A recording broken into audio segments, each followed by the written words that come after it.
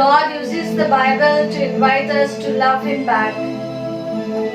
In Deuteronomy 11, 13, 14 says, "And if you will indeed obey my commandments that I command you today, to love the Lord your God, and to serve Him with all your heart and with all your soul, He will give the rain for your land in its season,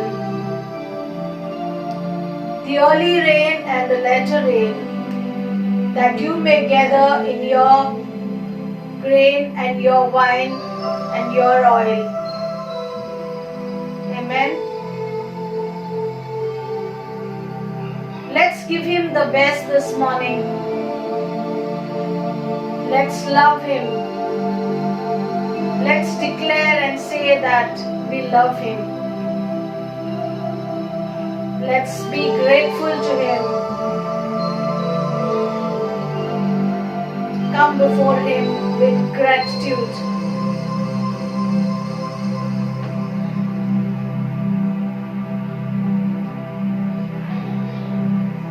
I love you, love you, love you. I love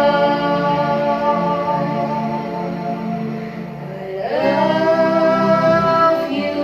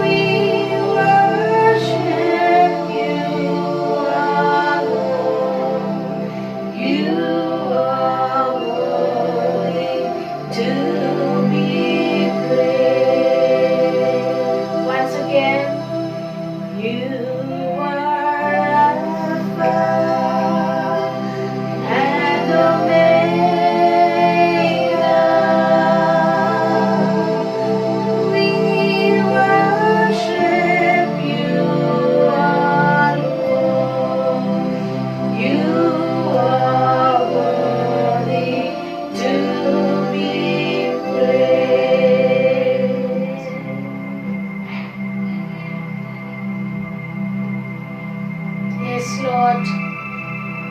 You are the Alpha and the Omega, the beginning and the end. You are the Messiah, God our rock, our Savior, Emmanuel. You are holy.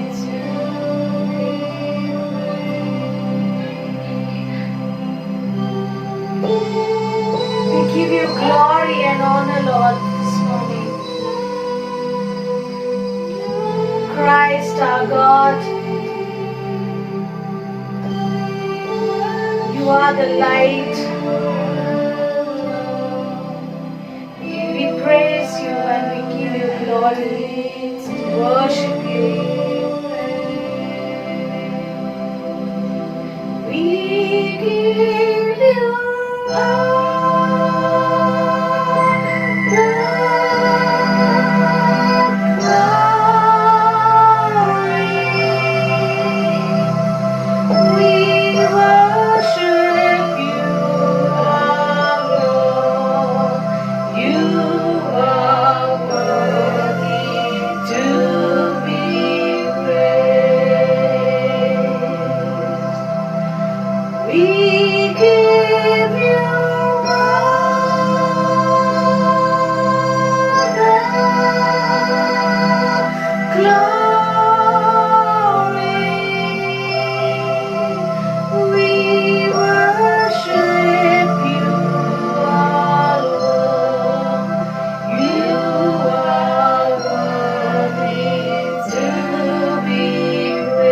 give him glory, glory, glory this morning. We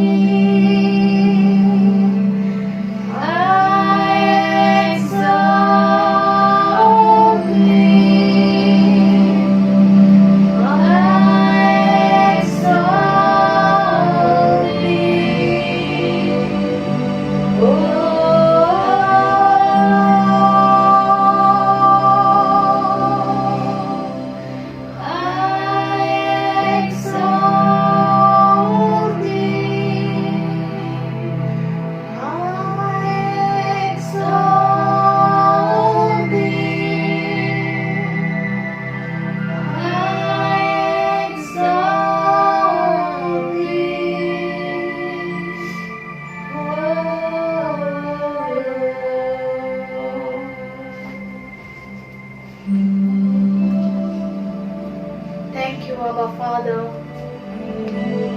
Thank you for your Son, Jesus. We exalt you and we bow before you this morning for who you are. We give you all glory and honor. All praise to you, Jesus.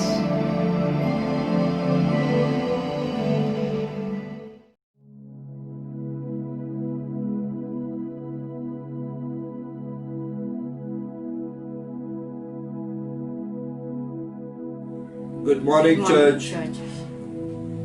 It's a privilege once again to come in your midst. I believe all are well in these trying times. God is with us. He has blessed us with an abundance. We've heard time and again, message after message, thanking God for all the wonderful things He has done. And I believe He has kept all our church members in good health, and there is no lack in anyone's life. Come therefore, we'll partake in the table that He has set before us, which He commands us to do in remembrance of Him. Come, let us see the scripture, what it says. Let us read from 1 Corinthians 10:16. The cup of blessing which we bless, is it not the communion of the blood of Christ? The bread which we break, is it not the communion of the body of Christ? For we being many are one bread and one body, for we all are partakers of that one bread. Amen. Yes, such a wonderful thing. We being many, we are still one. We are all united in Christ. Come, let us pray and give thanks to Him. Lord, we thank you and praise you, Lord. Praise you for all the wonderful things that you did in our lives, O Lord Jesus, for keeping us safe, O Lord, blessing us, O Lord, not putting us to any want, O Lord, taking care of our every need, O Lord. We pray and remember you, O Lord. We remember the victory that you won for us on the cross, O Lord. We remember, O Lord, the broken body, O Lord. The body, the stripes that you took on your body, O Lord, through which, O Lord, we are healed, O Lord. And no sickness will touch us, O Lord, because we are healed by your stripes, O Lord Jesus. We believe, O Lord Jesus, that your stripes have healed us, O Lord. So also, Lord, remember the blood that you shed for us, O Lord. By the shedding of the blood, O Lord, you made a new covenant with us, O Lord. You reconciled us, O Lord, to you, O Lord, and to the Heavenly Father, O Lord. You brought us back into your presence, O Lord Jesus. We were not worthy, O Lord, yet you, Lord, through your blood, O Lord, you made us worthy, O Lord. You made us capable, O Lord, of standing in your presence, O Lord Jesus. Therefore, Lord, help us, O Lord, to walk in this victory that you won for us, O Lord. For all the wonderful things that you did for us, O Lord, help us to live that life, O Lord, that you want us to, O Lord. In every decision that we take, O Lord, every step that we take, O Lord, may your name be glorified. We repent from our hearts, O Lord, for every wrong that we have done, O Lord. And we pray, forgive us. In Jesus' name we pray. Amen.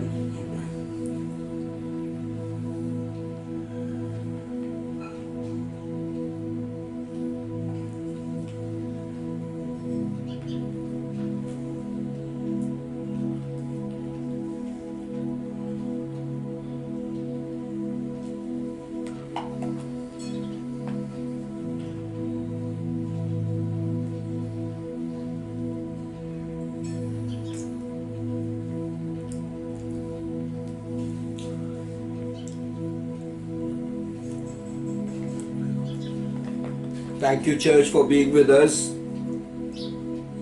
Have a wonderful week. God bless you.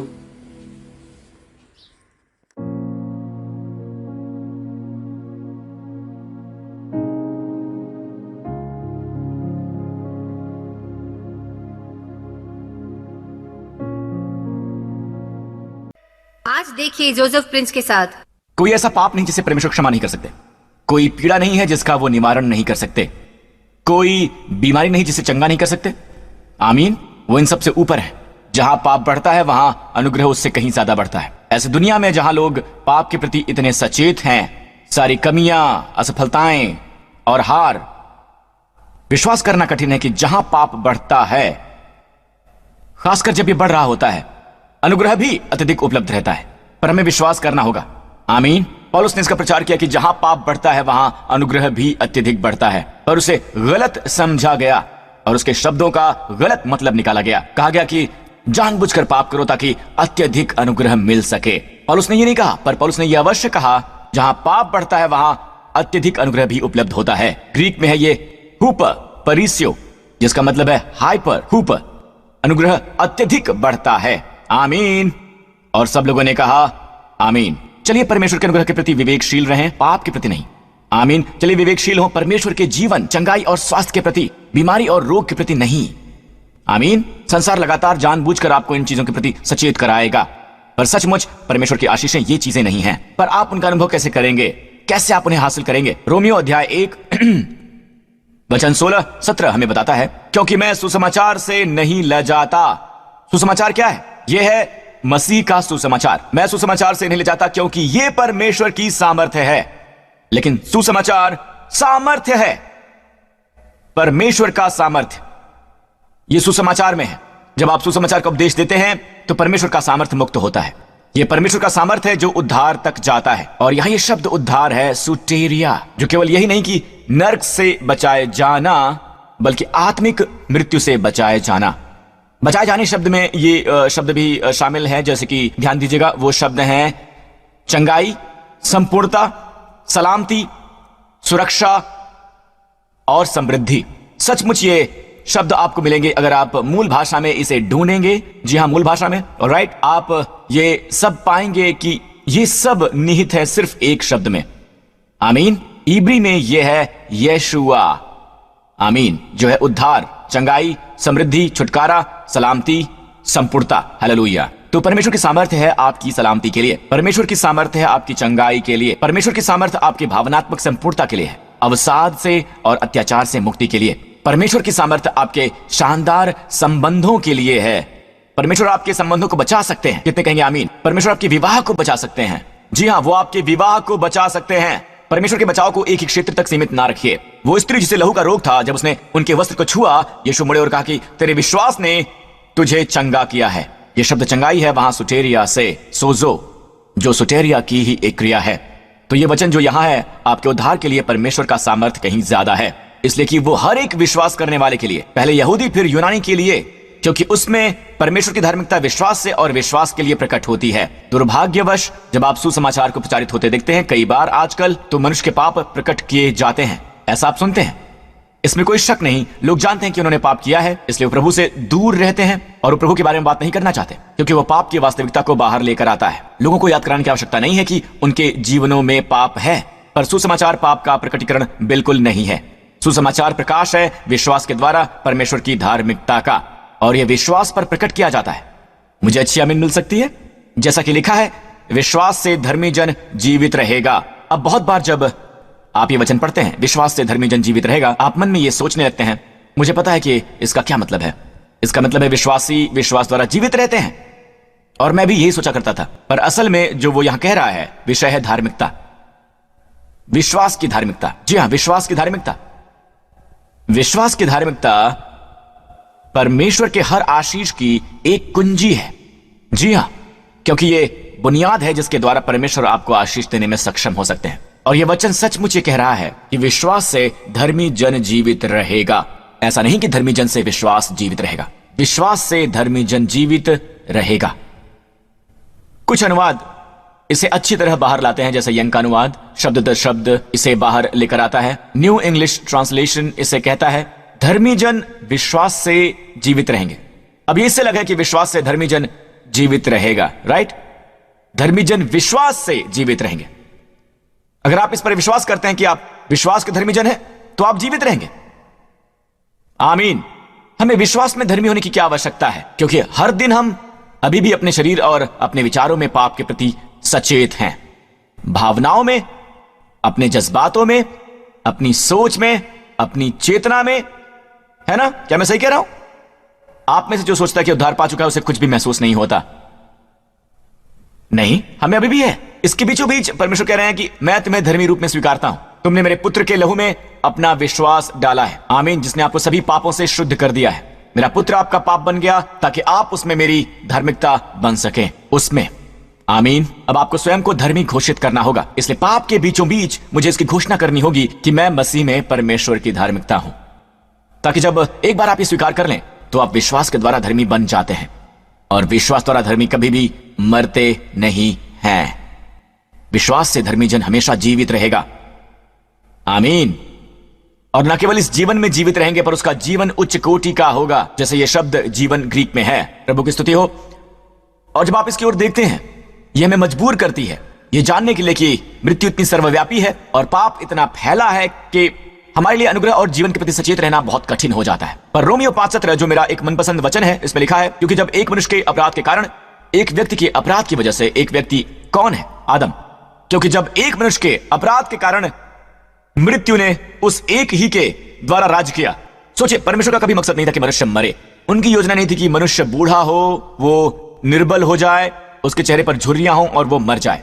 ये उनके प्रेम योजना का हिस्सा था ही नहीं। वो चाहते थे कि मनुष्य हमेशा जीता रहे, हमेशा जवान रहे, हमेशा सुंदर रहे, हमेशा हष्टपुष्ट रहे, आमीन। उनकी आशीषों का आनंद लेता रहे, अच्छाइयों का आनंद लेता रहे। उसे नश्वर बनाया ताकि उन सब का आनंद ले सके जो उन्होंने रचा हुआ है।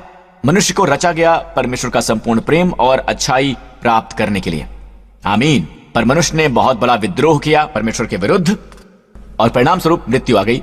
आपको जानने की आवश्यकता है, जब आप पाप करते हैं तो मृत्यु की भी आप मांग करते हैं, क्योंकि मृत्यु स्वयं को पाप से जोड़ देती है। अगर कोई पाप ना हो तो कोई मृत्यु भी ना हो। पाप का वेतन तो मृत्यु ही है। जहां पाप होता है वहां मृत्यु होती है। तो जब यीशु मरे, उन्हें दो बातों से निपटना था, न केवल पाप से, बेशक उन्होंने कई चीजों से निपटा, यहां तक कि शैतान के विरुद्ध भी। ऑलराइट, उन्होंने शैतान से निपटा, शैतान को निष्क्रिय किया। तो मुख्य रूप से उन्होंने पाप को निपटाया और फिर मृत्यु को भी निपटा दिया, इन दो चीजों से, आमीन। तो मृत्यु और पाप सब यीशु द्वारा निपटा दिए गए हैं।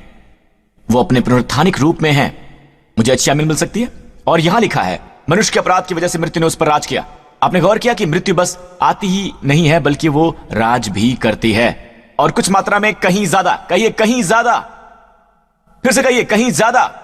वो जो ग्रहण करते हैं, और ये शब्द ग्रहण, लंबानो, ग्रीक में ये शब्द बहुत ही कड़ा शब्द है, और ये बस लेना ही नहीं है, अनमने ढंग से ग्रहण करना नहीं है, बल्कि ये झपट लेना है। ये तब इस्तेमाल किया गया था जब सिपाही आए और गतसमनी बाग में वो यीशु पर झपटे, उन्हें लंबानो किया, वो उन पर झपट पड़े थे, आमीन। बाइबल कहती है उससे कहीं ज्यादा वो लोग जो झपट कर ग्रहण करते हैं, दो बातें ग्रहण करते हैं। जो लोग अनुग्रह और धर्म रूपी वरदान बहुतायत से पाते हैं, क्या होने वाला है? वो अनंत जीवन में राज्य करेंगे। जैसे मृत्यु ने राज किया, वो एक राजा की तरह प्रभुता करती है, तो आप भी यीशु मसीह के द्वारा अवश्य ही अनंत जीवन में राज्य करेंगे। जब आप राज्य करते हैं तो आपके व्यसन राज्य नहीं करते। जब आप राज्य करते हैं, आपके पाप राज्य नहीं करते। जब आप राज्य करते हैं, शैतान नहीं करता। अगर आप राज्य करते हैं, मृत्यु राज्य नहीं करती। अगर आप राज्य करते हैं, अंधकार की कोई भी शक्ति नहीं, आमीन, जो आपके जीवन पर विजय हासिल कर सके, क्योंकि आप राज्य कर रहे हैं। और गौर करें कि आप दो वरदान हासिल करने पर राज्य करते हैं, दो वरदानों पर, अनुग्रह की बहुतायत और साथ ही धार्मिकता का वरदान भी। गौर करें, धार्मिकता को वरदान कहा गया है, इनाम नहीं, आमीन। आप कैसे अनुग्रह की बहुतायत और धार्मिकता का वरदान हासिल करते हैं? हम इसे विश्वास द्वारा हासिल करते हैं। हमें विश्वास की आत्मा होनी चाहिए। कुरिन्थियों 4:13 में यह लिखा हुआ है, हमें वही विश्वास की आत्मा है। मेरा मानना है कि विश्वास का आत्मा कैसे कार्य करता है। हम भी विश्वास करते हैं और इसलिए हम बोलते हैं। हम भी विश्वास करते हैं और इसलिए बोलते हैं। चर्च यहां ऊपर देखें, और यह बहुत आसान है। विश्वास की आत्मा यह इस तरह है, हम भी विश्वास करते हैं और इसलिए बोलते हैं, आमीन। हम विश्वास करते हैं इसलिए बोलते हैं। हम परमेश्वर की छवि में बनाए गए हैं, परमेश्वर ऐसे ही हैं। जब परमेश्वर ने उत्पत्ति 1 में अंधकार को देखा तो उन्होंने क्या कहा था? उजियाला हो जाए। उन्होंने ये नहीं कहा, ध्यान दीजिए, उन्होंने ये नहीं कहा आमीन जो उन्होंने देखा, उन्होंने वो कहा जो वो देखना चाहते थे। क्या अब तक आप सीख रहे हैं? जो मैंने साझा किया वो इस पर आता है। हम जान नहीं पाते कि हम पाप के प्रति मर चुके हैं। उसका मतलब क्या है? चलिए रोमियो 6:1 की ओर देखते हैं हम।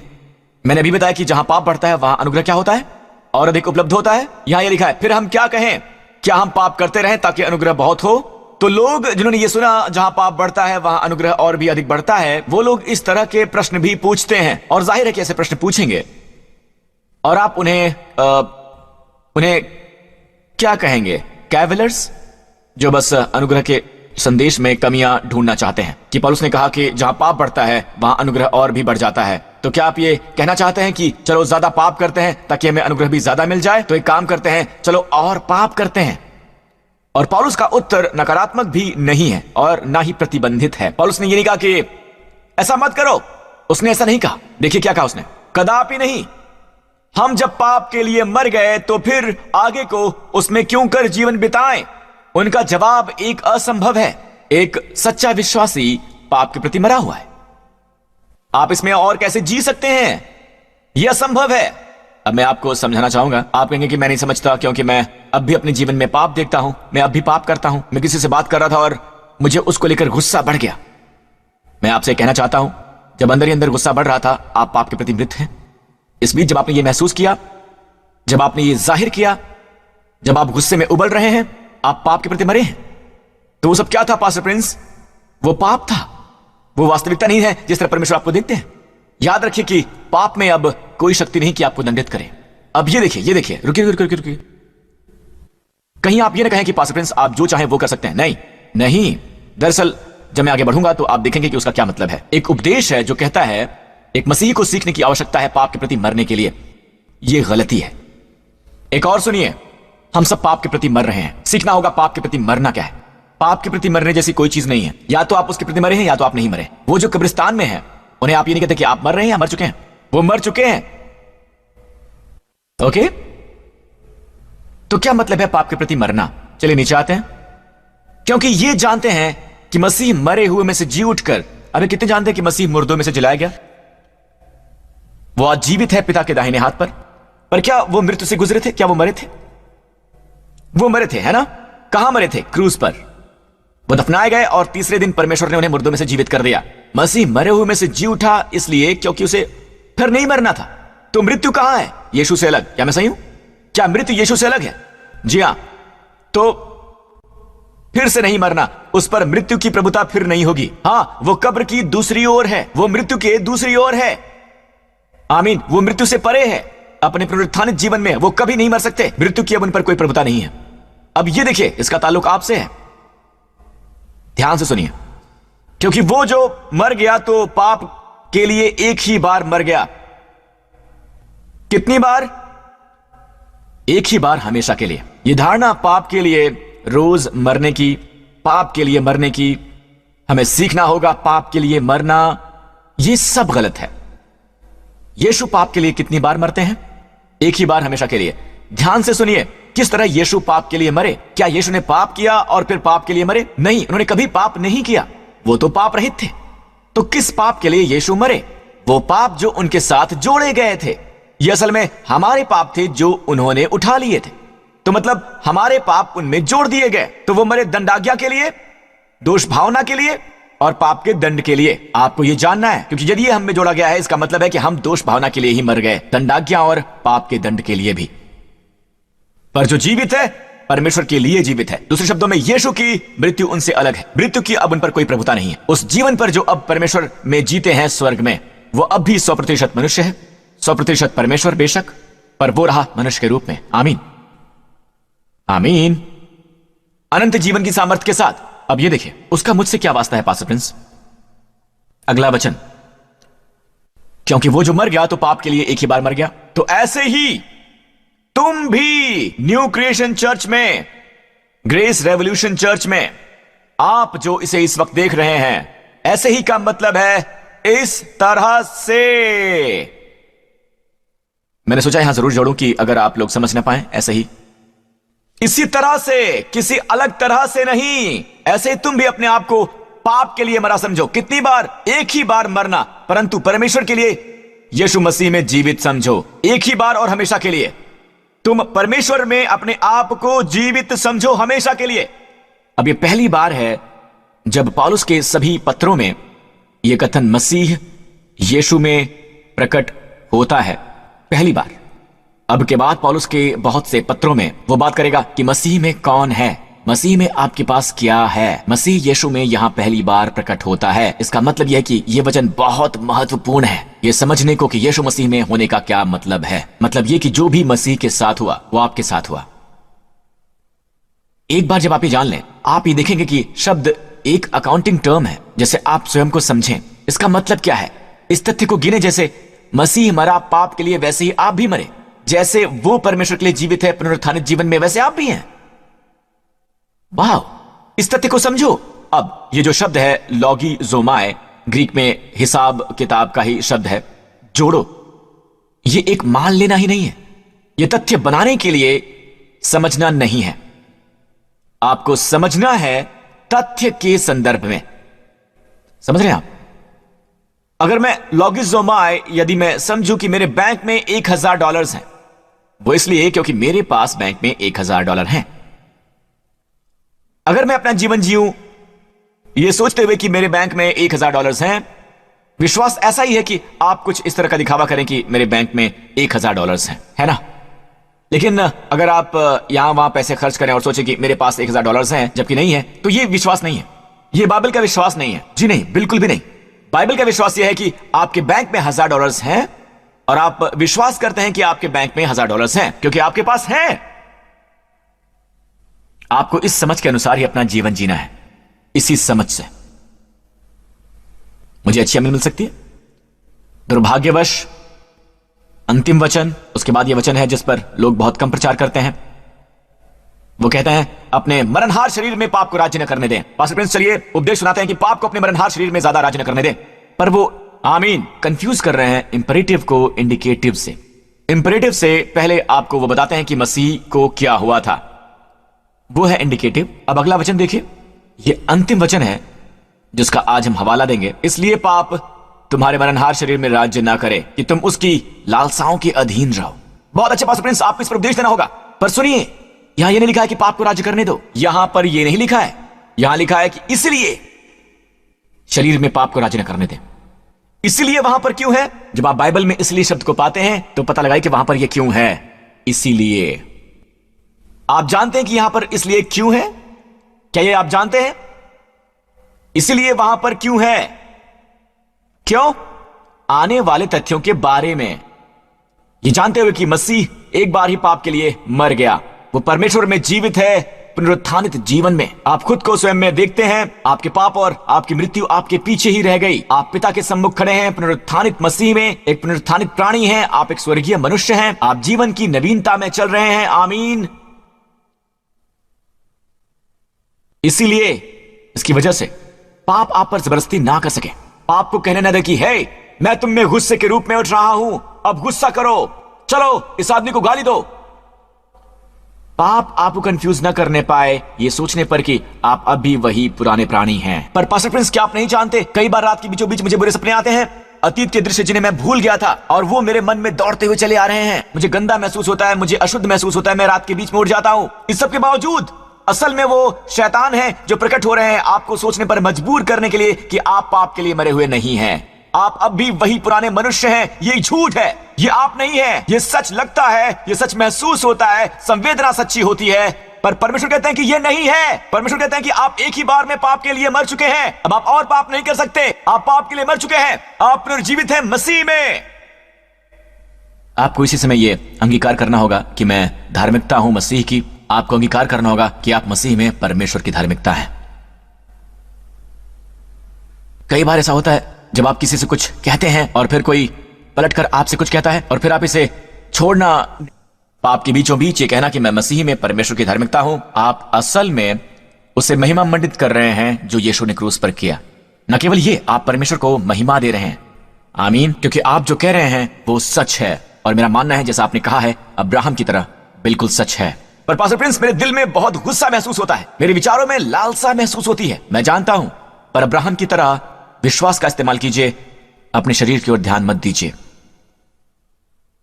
अपने मन की ओर ध्यान ना दें, परमेश्वर के वचन की ओर ध्यान दें। हमें विश्वास में जीना है और परमेश्वर कहते हैं कि आप उनकी नजरों में धर्मी हैं। क्या आपने ग्रहण किया है ये? आमीन। यीशु की स्तुति हो, हालेलुया। ये यीशु मसीह का ही सुसमाचार है। हर सिर झुक जाए, हर आंखें बंद हो जाएं। दोस्तों, क्या आप मृत्यु से जीवन में आए हैं? अंधकार से प्रकाश में, अंधकार के राज्य से प्रकाश के राज्य में? क्या आपने किया है? अगर नहीं तो मैं आपको यह अवसर देना चाहूंगा मसीह में अपना विश्वास डालने के लिए। जो उसने आपके लिए किया है वो आपकी अनुमति के बिना किया था। उसने आपके पाप अपने शरीर पर ओढ़ लिए थे उस क्रूस पर, उसकी दंडाज्ञा के अनुसार ही मर गए और मुर्दों में से पुनर्जीवित हुए क्योंकि आप छूट गए यीशु मसीह द्वारा।